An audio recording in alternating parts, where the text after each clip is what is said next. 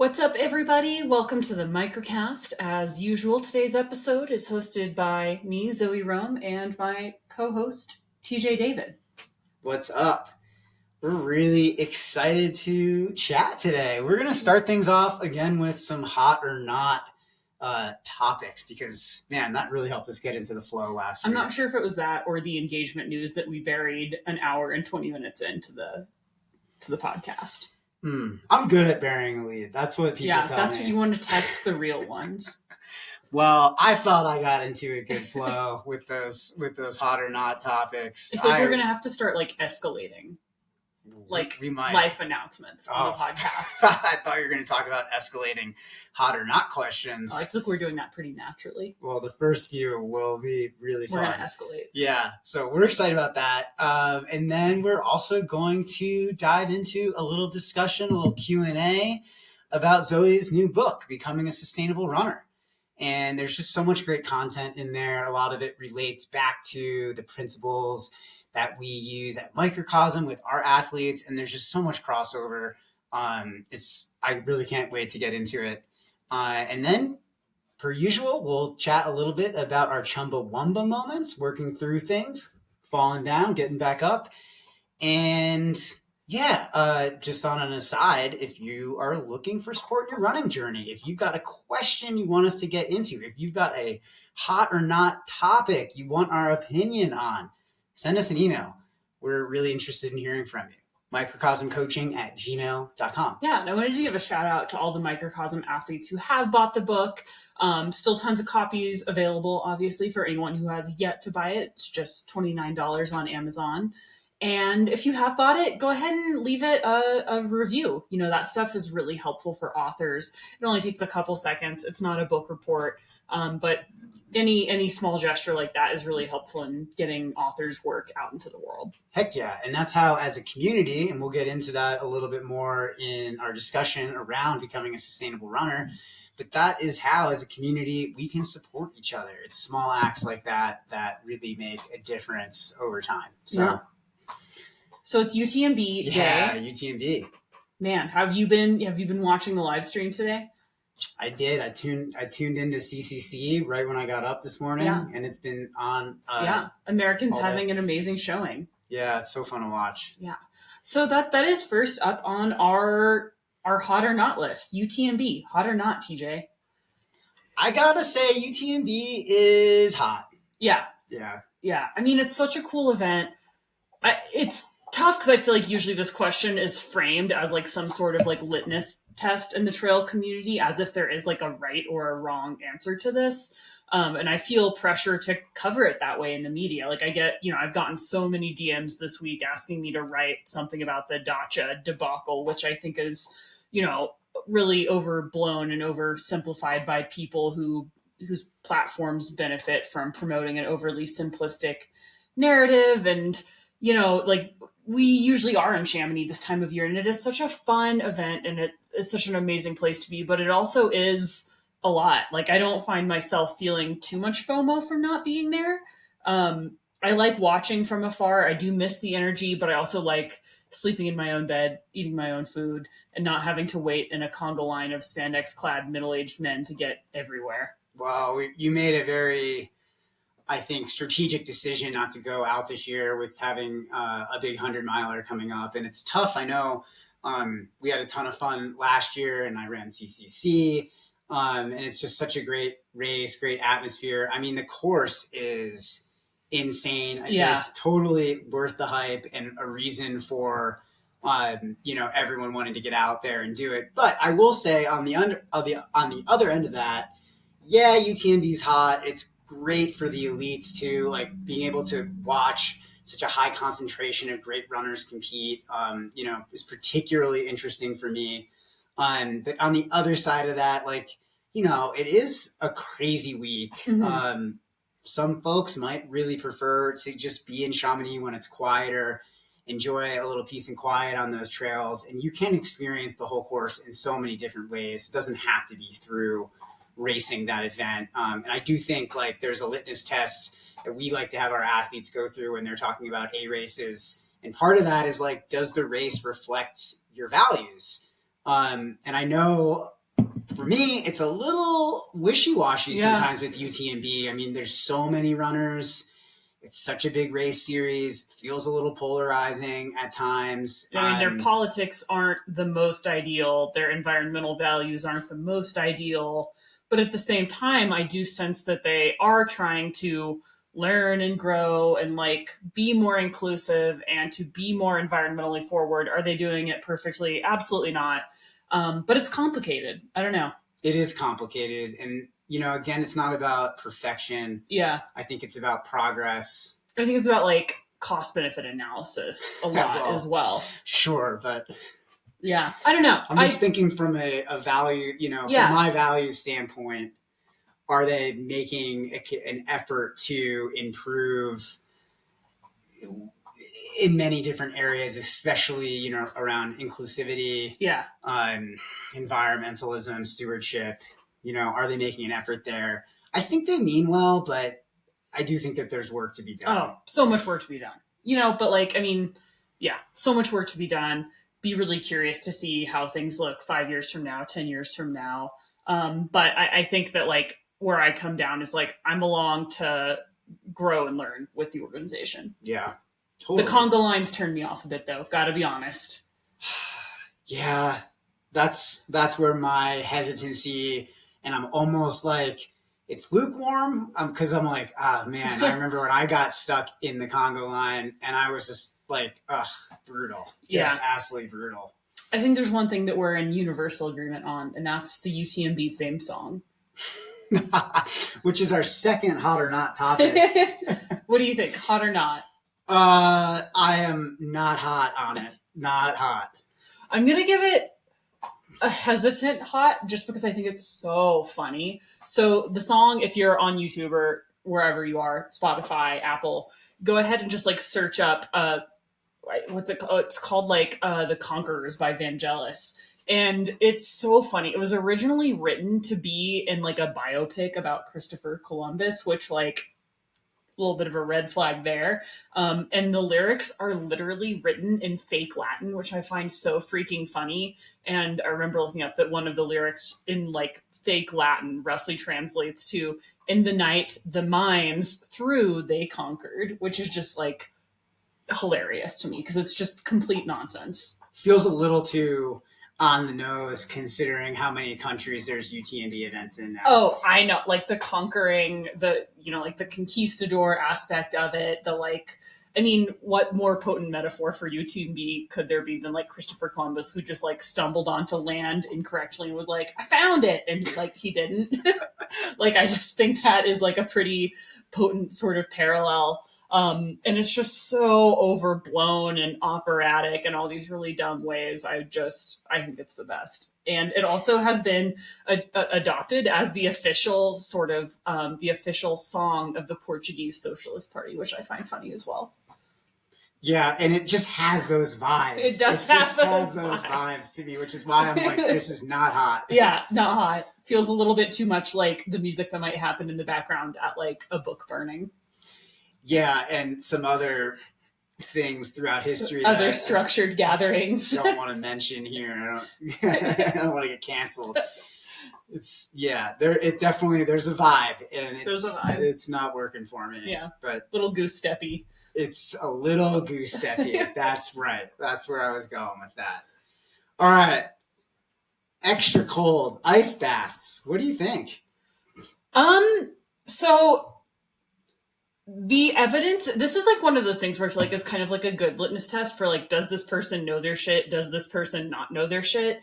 And anyone who's like really up on the research at all knows that ice baths are not something that's like really recommended for endurance athletes. The sort of like thinking there is that ice reduces inflammation, and a lot of times to get the adaptations we want, like if you're sore after a long run, sore after a workout, as long as that doesn't indicate like injury or like non-productive breakdown, you actually need that inflammation because that's how the adaptations happen, and that's how you build and get stronger and faster and like more resilient. So if you inhibit that inflammation by icing it, and you like tamp down on that circulation, you're actually impeding adaptations. The ways that we can see ice baths actually being impactful in training those. Like if you do it in the context of like if you're doing the Broken Arrow Triple Crown and you wanted to tamp down inflammation between days that you were doing consecutive races on. So like only if you're doing back-to-back performance oriented days where the goal isn't adaptation, it's just performance. So like if you ever have a PT, a coach, or a strength coach who's like, yeah, ice baths, probably they're like a 70-year-old man, and I would recommend walk or run, don't walk away from that individual. Yeah, run, we don't need to run or walk, but we just need to make sure, that is probably the advice you don't want to go with. We're all about inflammation. Yeah. Again, all about intentional levels of productive inflammation, right? I think like the big issue in sports science is so often things get like, especially like in the like less science oriented, more like wellness, fitness culture side of things, where you hear like, ooh, inflammation, it's all bad. I need to be on this anti-inflammatory diet and make sure I'm doing cold plunges every day. And it's like, well, like if the outcome you want is to adapt and improve in your training, then like, no, you don't want to inhibit all inflammation. It's like another reason we typically don't recommend NSAIDs just willy-nilly, definitely not from a performance standpoint, definitely not from like a health and like adaptation standpoint. And, again, these things are complicated. Things are rarely black and white, but increasingly the evidence is showing that ice baths, not good, not productive. We do like a fun creek dip at the end of the day, though, just for fun. Not for like quick. So quick, yeah. It's like we're not sitting there seconds. soaking, and it's more just like a nice sort of like pleasure reset. Yeah, it does feel so refreshing. Yeah. And again, I think one of the important pieces of that is if it feels good to you, it could be helpful. But if you're overusing it and using it for particularly managing an injury or something like that, again, that inflammation is integral in the adaptation process. Yeah, or if you have chronic non-adaptive inflammation, that's another thing worth investigating. But ice baths is like just not going to be the Band-Aid to fix that sort of chronic issue. All right. Well, what about hot tubs? Will those fix all my issues? Oh, I wish, because then I could convince you to buy me a hot tub. Hot tubs, hot. Again, like this is one of the things where like, yeah, if you want to jump in a hot tub every so often for just funsies, love it. Great. Right there with you. But increasingly we're seeing hot tubs and like hot water immersion being a really key way post-training for people to increase their heat adaptations. So I'm going to say hot tubs hot, ice baths not. Yeah, I'm in. Hot tubs hot, ice baths very cold. Yeah. Very cold. Yeah. And they are cold. You can't stay in there for more than 30 seconds. Nope. All right, World Championships. The Budapest World Championships? Yeah. So hot. Oh my God. Sha'Carri Richardson, truly one of the greatest athletes of all time. There were so many amazing storylines, I think, from the World Championships. And, I've never been like a big track runner necessarily, but covering particularly like the women's side of things for outside was really, really inspiring. I was so, inspired by, again, like athletes like Sha'Carri Richardson, April Moon, who won the gold medal in the pole vault and ended up sharing the gold medal with Australia after both essentially setting career PRs in pole vault. Just amazing, amazing women. Was also super inspired by British runner Josh Kerr's performance in the 1500? The 1500 to overtake the Norwegian, whose name's now escaping me, and just like in such a stylish final surge. Truly one of the greatest races. Definitely look it up on YouTube if you're looking for something cool. Fun. Yeah. For me, that was like, all right, this is hot. Yeah. All right. Perfect segue. Writing a book, hot or not? Whew. Give us the honest answer. Man, here. I feel like I go back and forth on this 10 times a day. Hot, but also not. It was really fulfilling. It was also really challenging and also unfulfilling in some ways. Writing a book is just really freaking hard, and it asks a lot of you, and I'm not sure I'll ever get back what I put into this thing that I put out in the world, just to be really honest and frank. And so I think that is like kind of a good example of, when the outcome is a little bit outside of your control in terms of like, well, I co-authored it, so it's not just my thing, and it went through a publisher, and it also like depends on how people receive it and how it's reviewed and whatnot. Like I don't really have control over all the outcomes. knowing that, I probably should have changed my process in some key ways. Interesting. And I think this is like, I've never written a book, so I can't say if it's hot or not, but I think this is a great segue into kind of the body of what we're talking about today, becoming a sustainable runner. You know, one of the first things you actually write about in the book is about the importance of separating self-worth from outcomes. And, you know, we're constantly thinking about this, and I am, and you are, and all of our coaches are, because it's a really integral piece in the coach-athlete relationship. It's developing that healthy kind of view on outcomes.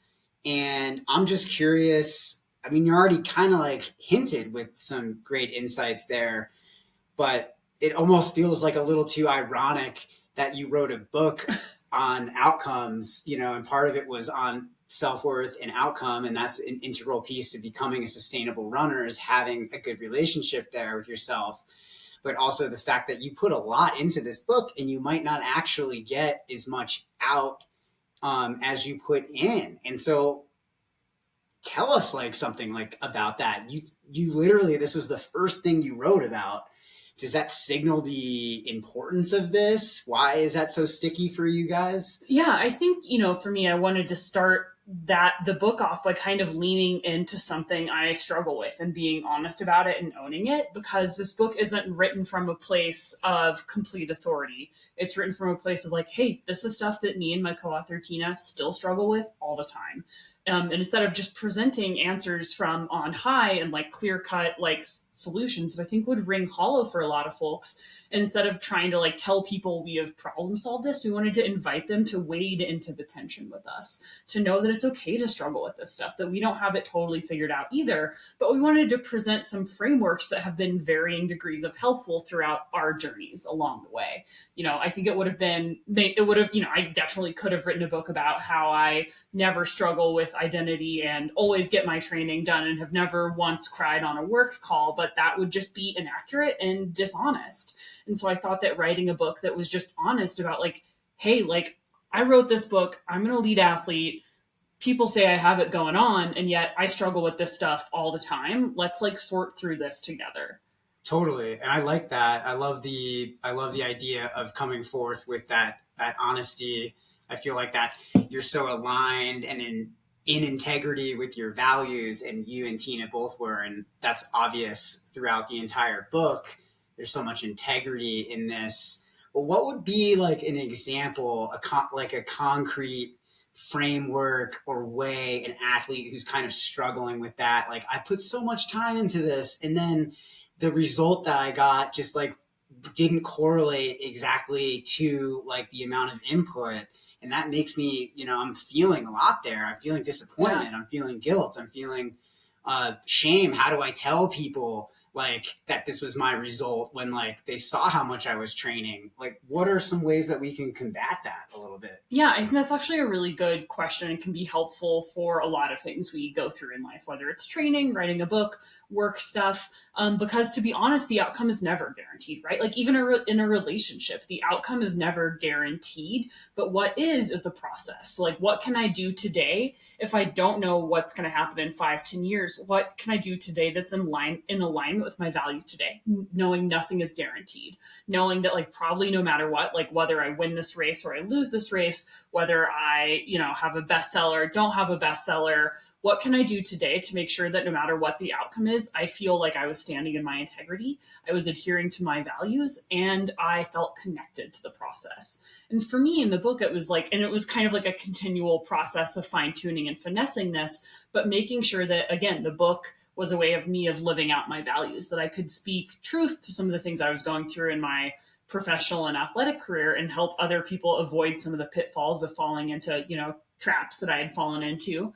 And also challenging other people to sort of do that in their own lives. And I think that, you know, there were definitely times where I had to kind of step away from the project or reduce my input on the project just because I was like, I know that if I'm doing any more than what I'm currently doing, I'm not going to be in alignment with my values. I can't be present with my life. I can't be present with my work and my coaching and my running.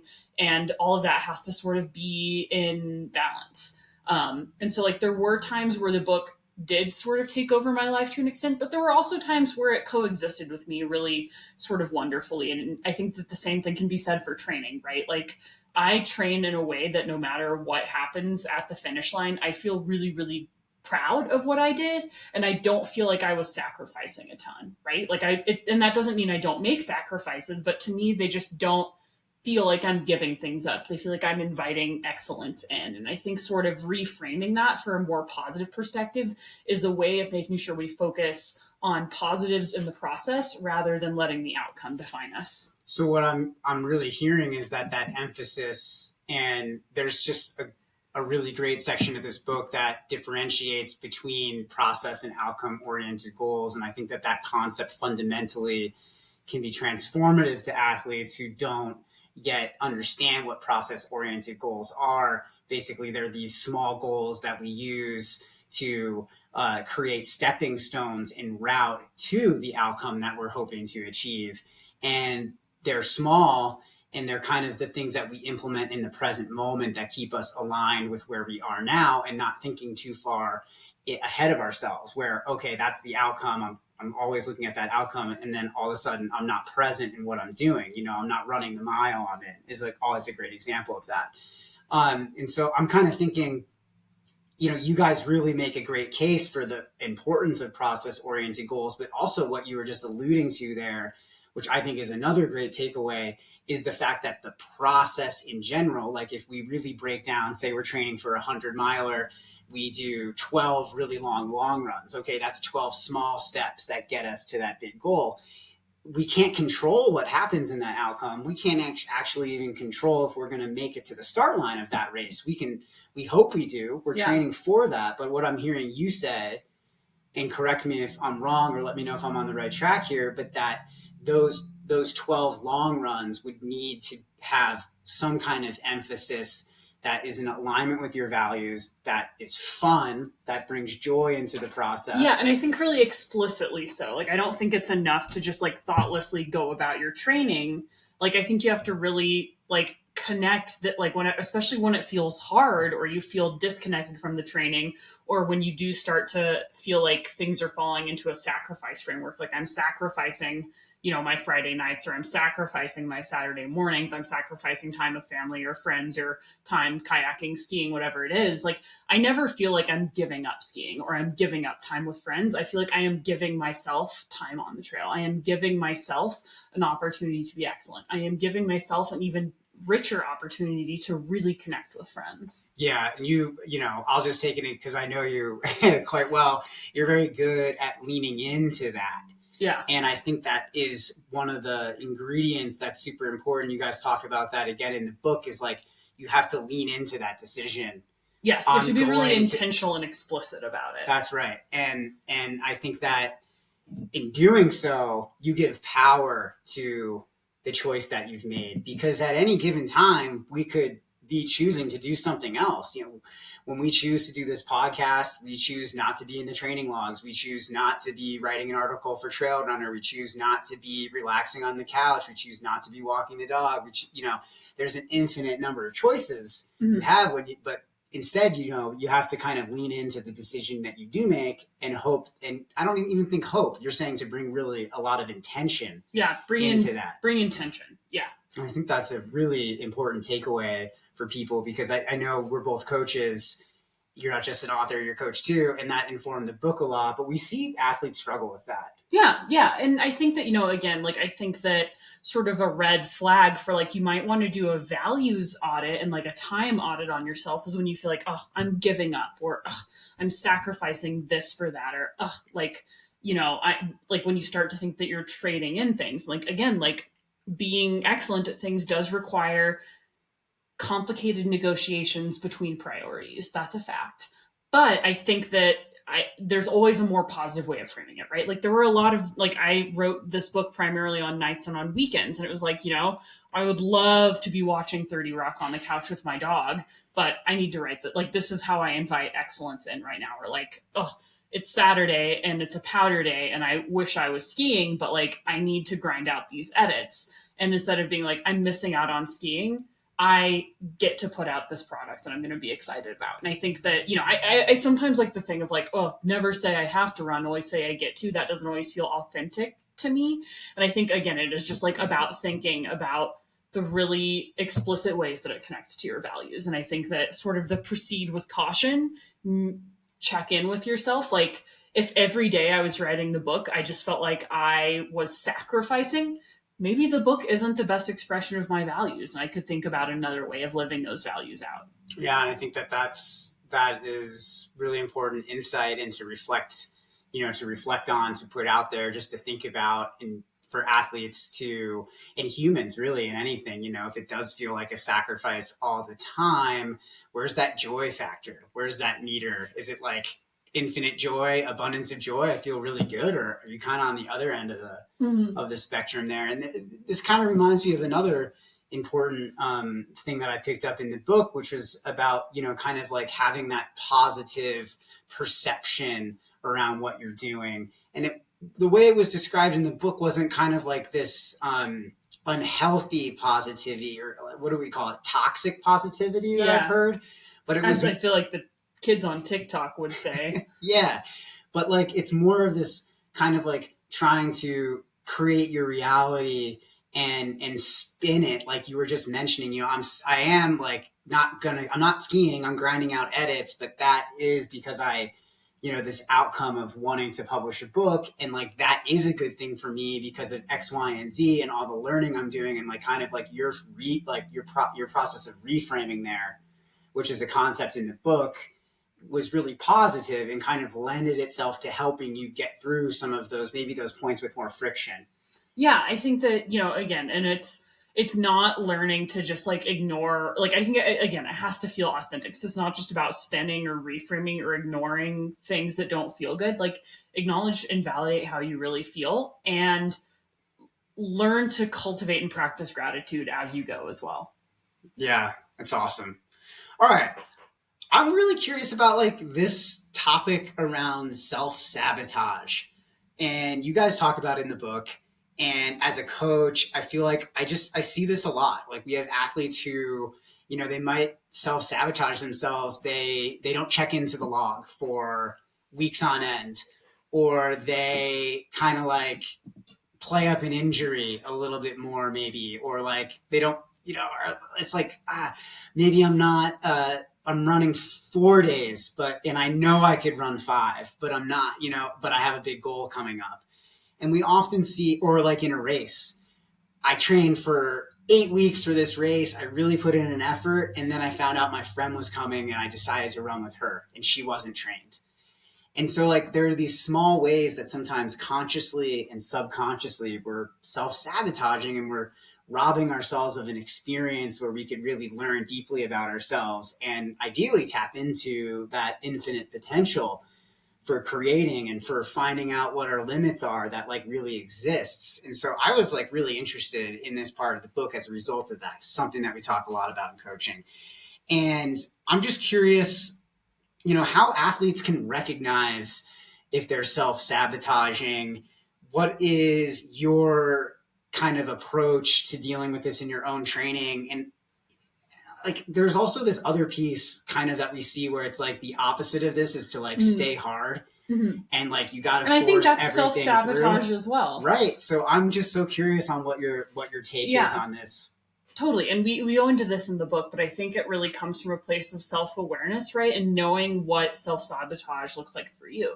So I think the two sort of like personas that it like breaks down into is, like the person who doesn't like to push and who is pretty comfortable being comfortable, and who, won't do the extra, like, who's like chronically not hitting the prescribed mileage in their training despite having the health context to facilitate that.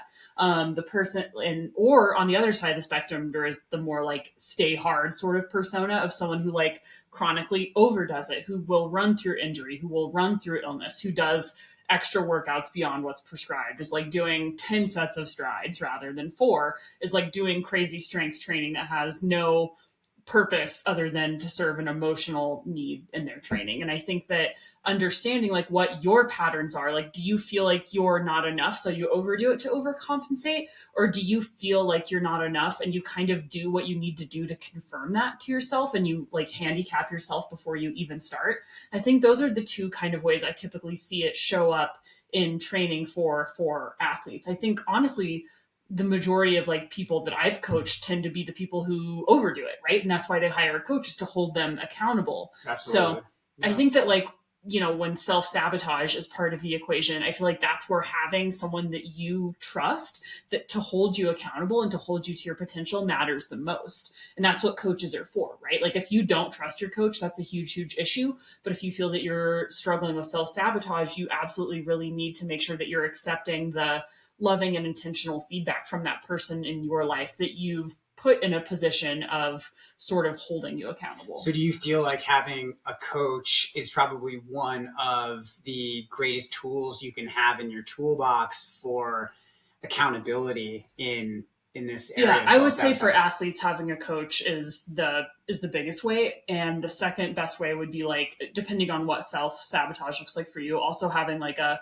mental performance consultant or a mental health professional. Like if it's coming from a place of like true like sort of like mental work needing to be done, tapping into that resource is going to be the best way of addressing the root causes. But I think that typically a coach is going to help be able to assess like sort of the like more superficial way that problem manifests.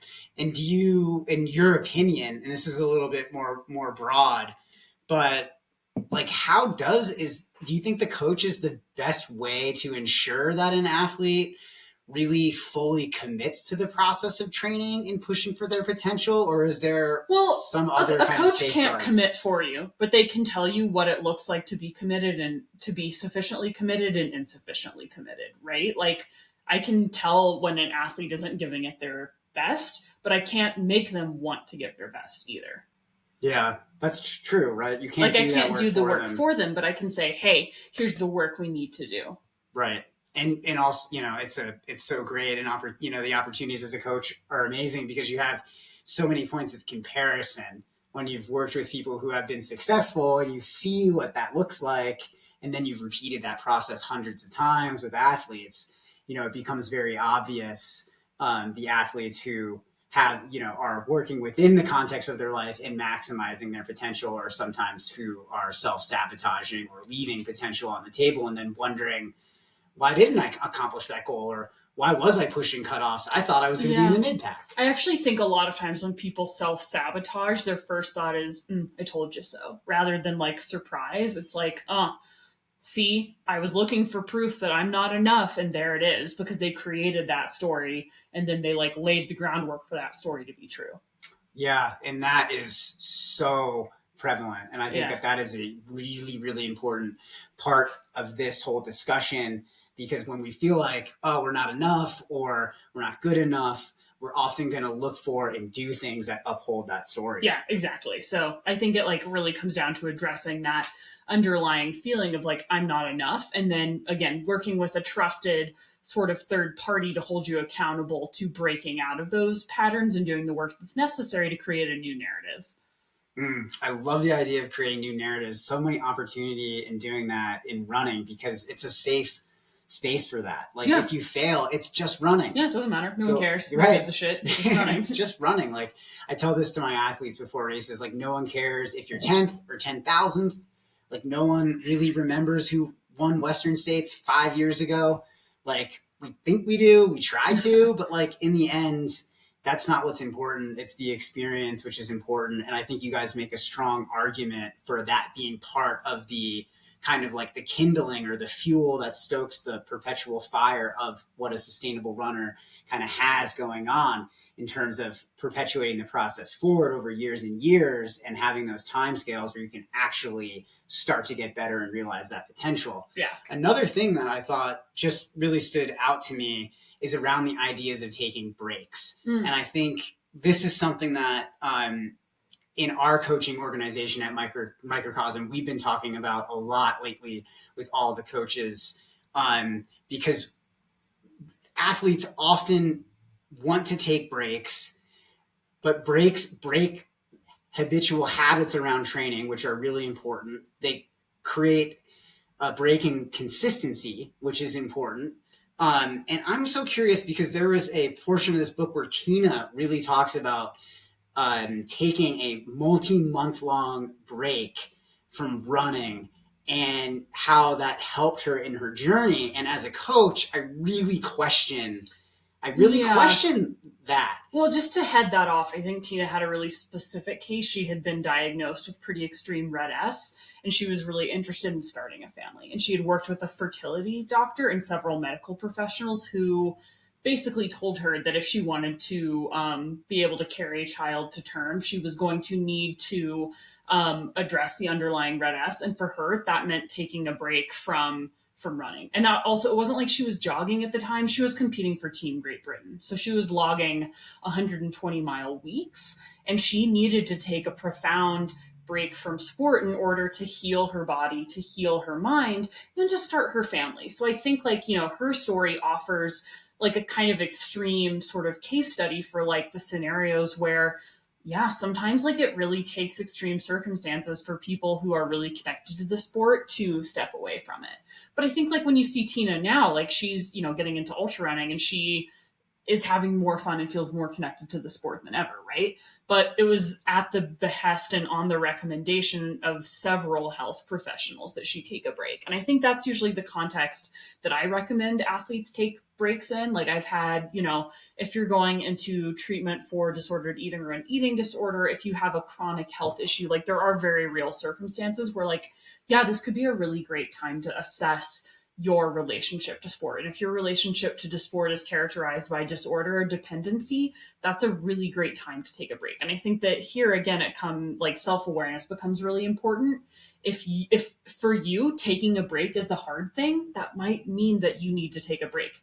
If taking a break is the easy thing for you, if that's not the hard choice for you, that might mean it's a good time to get curious and to, you know, again, like if you have the like mental and physical health context to continue safely doing sport, like I would not recommend taking a break just because that typically will not address the underlying issues that might have caused the break, right? Like if you're struggling with like a lack of motivation or, you know, I just think like overall consistency wins every time. And I think really that the only times you're going to see breaks really be helpful are in the context of like pretty extreme burnout, or again, medical issues like red S, EDs, disordered eating. Yeah, and I think that it's interesting to take the extreme case and then weigh it against some of the less extreme cases we see with our athletes or just out there with our friends and other runners, because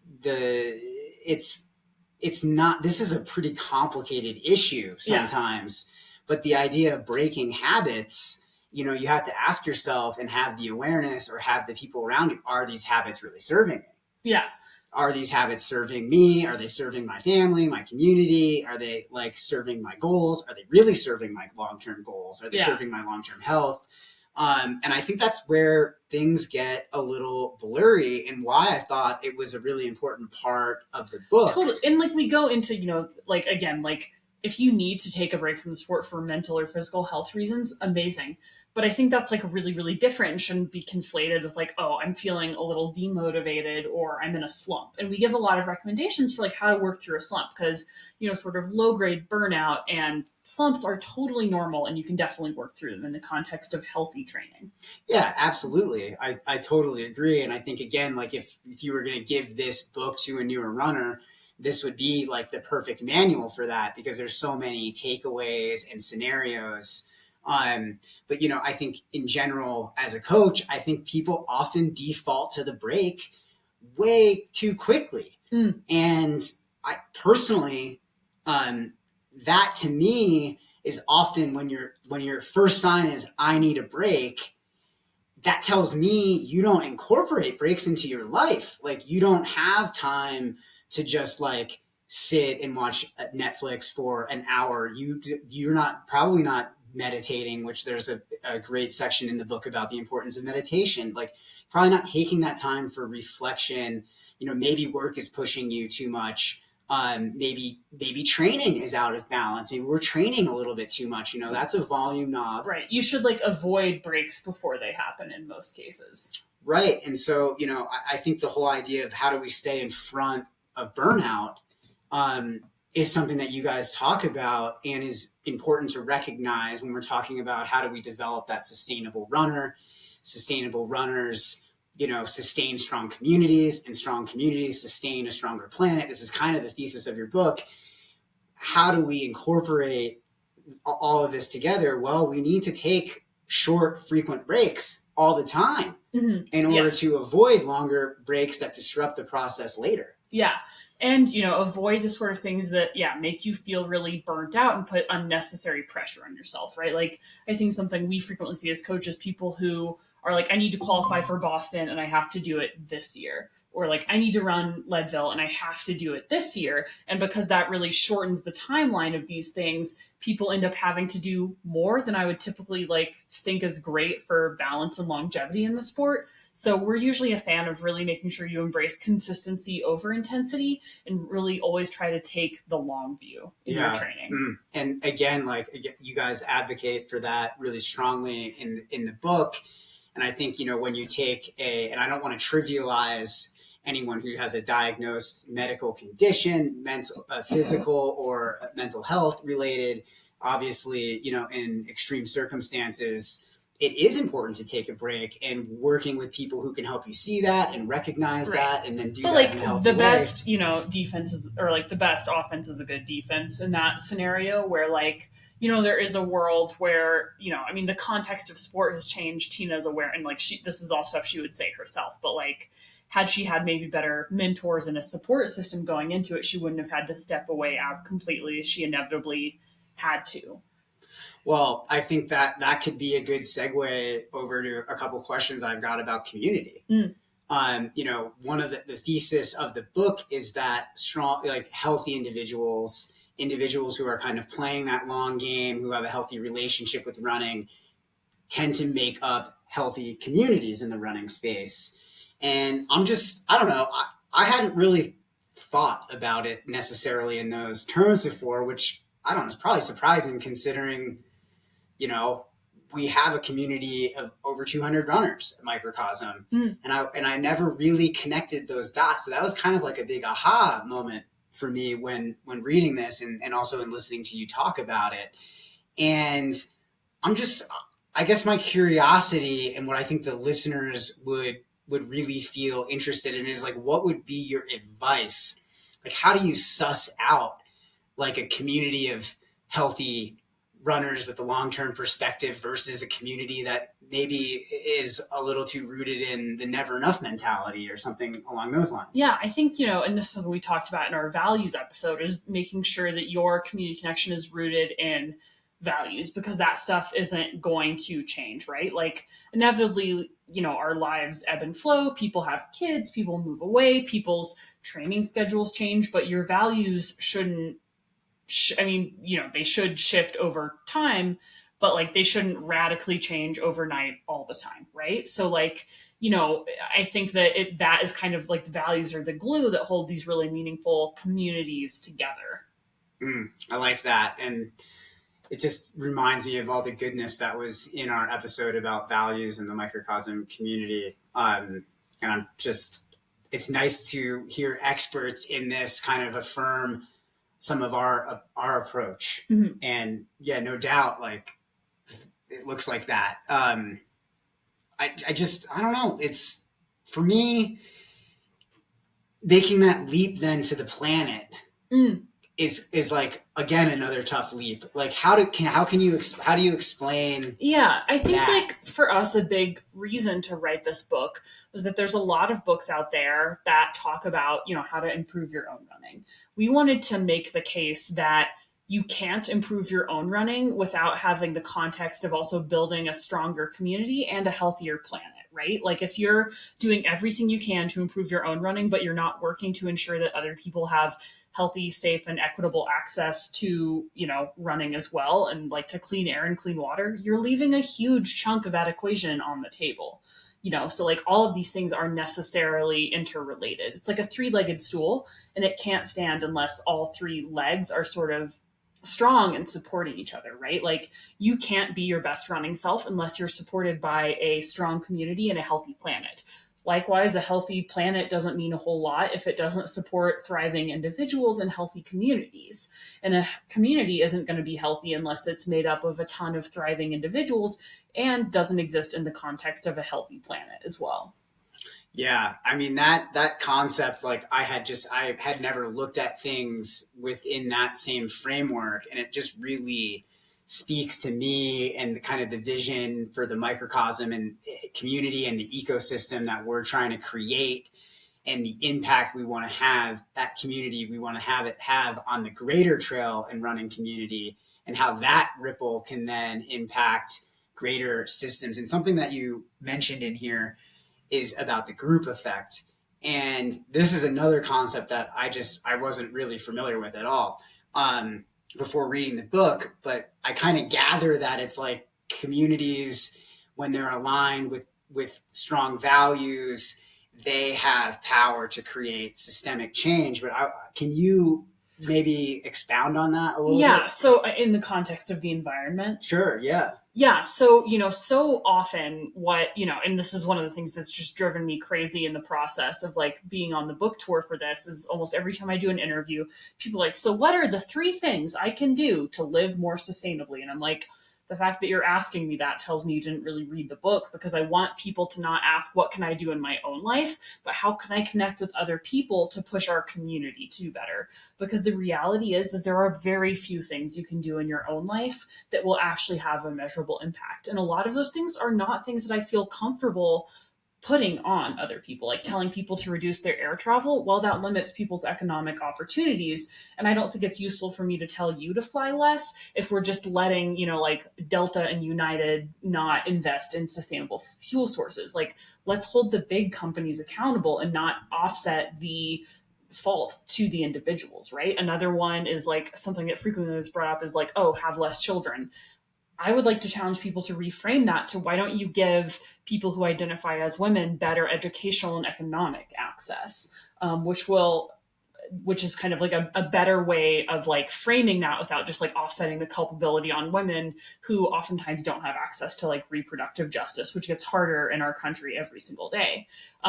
So I think that like for me, I want to break people out of the like, how many boxes can I check so I can feel like a good person, to like, how can I actually create change? Like what is like hard and sticky for me about this? And I think people struggle with that because it involves being political. It involves getting outside of the realm of the individual. And as Americans, particularly, we're consistently forced to examine like this like rugged individualist, like, well, I'm going to recycle, or like, well, I'm going to take my bike to work. And while those are great things, their impact is going to be really, really small unless you do so in a way that really like pushes and challenges other people to do that, or you're doing it in a context that creates systemic change. Right. Like if you have 100 people in your company and 100 people ride their bike to work every day, and because that's your company policy, that's going to create a much larger impact rather than just, Fred and John, they ride their bike. Totally. Yeah. Like having, instead of you riding your bike, definitely keep doing that. But what if you worked with your company to incentivize biking, to install showers, to install bike racks, to like pay to like, especially for women, like, help facilitate like like safe changing facilities, to help facilitate like childcare drop-offs as well. And like, it's these larger structural issues that usually impede people from taking the individual actions they would prefer to. Yeah. And I just really like this concept of the group effect. Again, like as somebody who is really aspiring to build a healthy, sustainable community, this is kind of something that really speaks to me personally. And man, I'm so curious if you have like some examples of where this is really done well out there in the world, because this is also so aspirational in so many ways. Yeah, I mean, I think there's been some really amazing policy. So like, you and I have been really interested in getting solar panels. Great for us, right? Like that's going to take a solid amount of carbon out of the atmosphere. even better is if we work with our county to incentivize other individuals, right? Like what sort of like tax incentives can we push in a policy way? Like what sort of like, how can we make solar panels more accessible to people in our community who don't have the same economic privileges and advantages that we do? Those sort of changes are going to go so much further than us just slapping a solar panel on our roofs and calling it a day. So I think that it really, and this is where it gets like hard because people want like a simple answer of like, if you just recycle, we're going to be okay.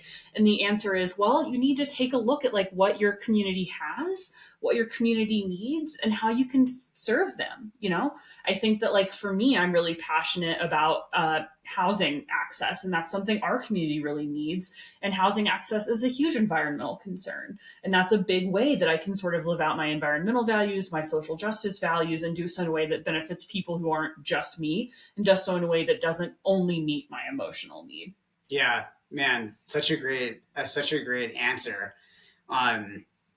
Do you have any other examples of like an actual like community or a collective of people who, I don't know, are advocating for something or are living in shared values, and that is having an impact on a more sustainable planet? Or it could be in the running world too. Like, yeah, you know, I think like Dakota Jones with a lot of his work, he's someone that I really like to point to because, you know, he, you know, very publicly rode his bike to the start line of Western states, which again, what matters about that isn't the like, you know, a few measly little bits of carbon that he didn't use driving or flying to Western states, but the way that he did it brought more people into this environmental story. I think it's particularly compelling when it's like such a strong male athlete sort of maybe inviting and challenging new people to engage with this issue. He also runs the Footprints running camps, which like help people implement policy and systems changes on the local level where they are. And it's very solutions oriented and it's very storytelling oriented. And I think those things are really, really powerful. Yeah, I would agree. That's awesome. You know, he's kind of creating community around his values and his, his outlook or what he wants to see happen, the change he wants to see happen in the world. And I think he has a really amazing ability to sort of shift people's attention to the things that matter and away from these like super marginal and incremental gains. Like, oh, how do I, you know, I think one I get is like, what about, you know, do you make your own gels so that you don't have to deal with wrappers? No, dude, I produce a shit ton of gel wrappers and I feel fine about that because in the grand scheme of things, that is just really, really small potatoes. And it's not really worth like injury risk to me or like underfueling risk to me to try to get around the wrapper issue. I'll recycle my wrappers and then I will get over it and use all of the additional energy and like uninjured potential I have to actually engage on the systems things that really matter. And I think people get so bogged down in these really small picture sort of things like, well, what if I have to drive to the trailhead? Fine, great. Like, what can you do to like help elect politicians that make, you know, electric vehicle infrastructure more accessible to people with lower incomes? You know, like that to me is so much more interesting, but these things are so big that they're not really set up for us to understand the way that our brains are sort of built to like understand these issues. So like, I understand that they're hard to grasp onto. We really want to cling to these marginal things of like, well, what if I eat mashed potatoes out of a Ziploc bag? I mean, you do you, but like, don't tell yourself that like that is the same thing as like reading up on candidates, voting often, voting in all the small local elections. And I think it is a really important piece of this is distinguishing between, you know, what can I do as an individual versus, well, where is the actual power here? The power is in what many people are making those changes. To quote one of my favorite writers, Bill McKibben, he said the first good thing you can do for the environment is join with your neighbors and organize. The second most important thing you can do is join with your neighbors and organize. The third and final thing that you must do is join with your neighbors and organize. I love it. Man. That would be my checklist. Build the community, organize. And like, you're going to have to get political and you're going to have to get uncomfortable, but that's good, right? Like as runners, like why do we get so weird about getting uncomfortable as soon as we take our running shoes off? Like I want to be the same person in the ballot box as I am when I'm doing a speed session. Yeah. Or when you're having your best possible day in that flow state, feeling, you know, connected to everything around you. It's almost like we need to have that kind of consciousness when we're going into the ballot box. Correct. Yeah. Like why, you know, I feel the most like I have a competitive edge when I feel connected to my community and my environment. And I think that it's worth understanding how much power comes from that connection, and that there should be a reciprocity involved there. Absolutely. Man, this is just, it's so fun to talk about your book, Zoe. I gotta say, everyone should buy this book. It's on our website. Yeah. You can also get it on Amazon. We actually can confirm. I'll confirm we can ship it faster than Amazon can. Well, it just depends on if I leave the house, go to the post office. Yeah, we ship fast. We ship within 24 hours. Yep. Definitely. But guys, this book is not only thought-provoking, but it is a guide to sustaining your running, sustaining yourself as a runner, your community, your planet. I think the thesis of the book and the interconnectedness between those three things is really powerful when put together. I don't know. I had never thought about running, community, and planet in that way before, and it's definitely something that has kind of got the wheels turning for me. Yeah. So yeah. Great work. And thanks to everyone who did buy a copy. Yeah. Heck yeah. Thank you guys. All right. Well, let's talk a little bit about some Chumbawambas to close it out. Yeah. I think, for me, mostly a good thing. After the stress of like getting you across the finish line at Leadville, getting engaged, turning 30, putting out a book, all of which are like really awesome things, still had to recognize that stress is stress. So I took 10 days to just go hang out by myself in Steamboat and do some training and sort of focus and sort of like pare down unnecessary things from life for a few days. And that was so amazing and restorative. And I got to explore the Run Rabbit course, and I'm just really excited to compete. And it took a lot of courage on my part to like set aside that time and space for myself, which I've never really done before, to prepare for a race in quite the same way. And my brain just feels so much better now that I've done that. Yeah, good for you. And just want to acknowledge, like, you've never really taken the time to, I don't know, give yourself a little boot camp. Yeah. Like almost like a monk's like retreat where you could just kind of hone in on the training, work, and just kind of like leaving those other variables to the side for a minute. Yeah. I mean, like, I get so much asked of me. I'm doing a lot in the comedy community here. I have a lot of extracurriculars that I sort of just needed to strand myself in a context where, like, I wasn't gonna, do stand up. Like, I wasn't gonna just go see a friend's play. Like, I wasn't gonna be tempted to like meet a friend for dinner or whatever, because I was just spreading myself so thin, especially with all these book appearances and interviews, that I really just needed to focus for a few days. And it felt really great and helped me get some things kind of back in balance. It's awesome. I think, again, just having that awareness, it's taken you years to build that awareness, but these are the time scales that we are dealing with as human beings. And I wouldn't just say it's awareness. Also, like, it did require the flexibility of being able to work remotely and the financial ability to pay for an Airbnb, which has, just taken me a few years to get to that point. Yeah. And I just think that it's important to acknowledge all of the steps and all the work that you've done to create that space for yourself. If we don't take time to celebrate that stuff, it's a lot harder to integrate those processes and make them kind of a part of what we do as a default. Like, as we were talking about, part of sustaining a sustainable runner is having those little retreats, having those breaks. If we don't do those things, we're so much more susceptible to burnout. And like your inner drive, your inner intrinsic motivation is so strong that you have a lot of resilience in that area. But you have to harness it and direct it, right? Because like otherwise you'll just burn out, which is kind of where I was getting to. And I think you just made a really strong, decision to do that. Yeah. So what's your Chumbawamba moment? I'm back on the running train post Leadville. Back at it. Back in the saddle. TJ2, back in the habit. But I'm like riding a mini horse right now. Yeah. This isn't like little Sebastian. Yeah, I'm not like actually I'm just kind of jogging. I love jogging. Things feel a little funky. My stride feels a little off. I'm a little more sore after running now. It takes a while to come back from hundreds. Yeah, and that's kind of like, I just have had a lot of great reflections on that, and it's just such a non-linear process when coming back from 100, especially the first one. And this is something I try to really remind my athletes is just let go of judgments and timelines when you are recovering, especially from that first 100. Because you can have a day that feels great. You're going to have a day that doesn't. You're going to have a day your legs feel good, a day your legs don't.